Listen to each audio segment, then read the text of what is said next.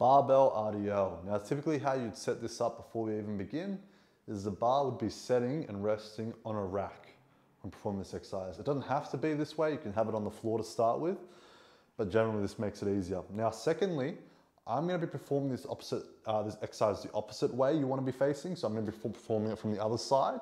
That's for demonstration purposes, but usually, the best way to do it is setting up this way, grabbing the bar, and then perform the exercise. But again, for demonstration purposes, I want you to be able to see what I'm doing. The reason you want to be doing it just the way I just demonstrated is so you can see where you're going when you're putting the weight back. So, having the bar set up in the hooks, you want it sort of just below thigh level, about at the knee is the ideal sweet spot. That makes it easier to set up so you don't have to sort of bend your arms. If it's too high, you're sort of then levering and lifting with your arms, which is what we don't want to do.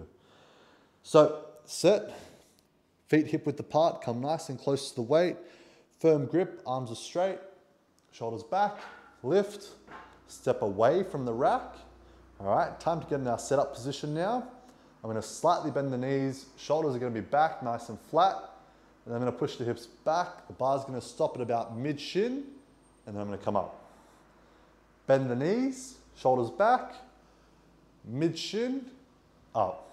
One more time, shoulders back, bend the knees, take a breath in, brace, mid-shin, up. Now, things to keep in mind. When performing this exercise, the weight should be on your heels.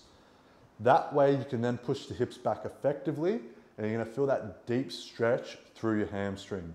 If you're not feeling the deep stretch through your hamstring, if you're not feeling your hips go back, then potentially there's something you're doing wrong, most likely to do with your balance. So don't hesitate to record yourself and then double check and reference the video to see if you're doing it correctly. Other than that, you want to make sure your arms are nice and straight. At no point do you want to bend them. You want to make sure you're stopping at about mid-shin and then coming back up. And you want to make sure that the bar is always in contact with the body. At no point does it leave that connection with your thighs or with your shin. Always close to the body.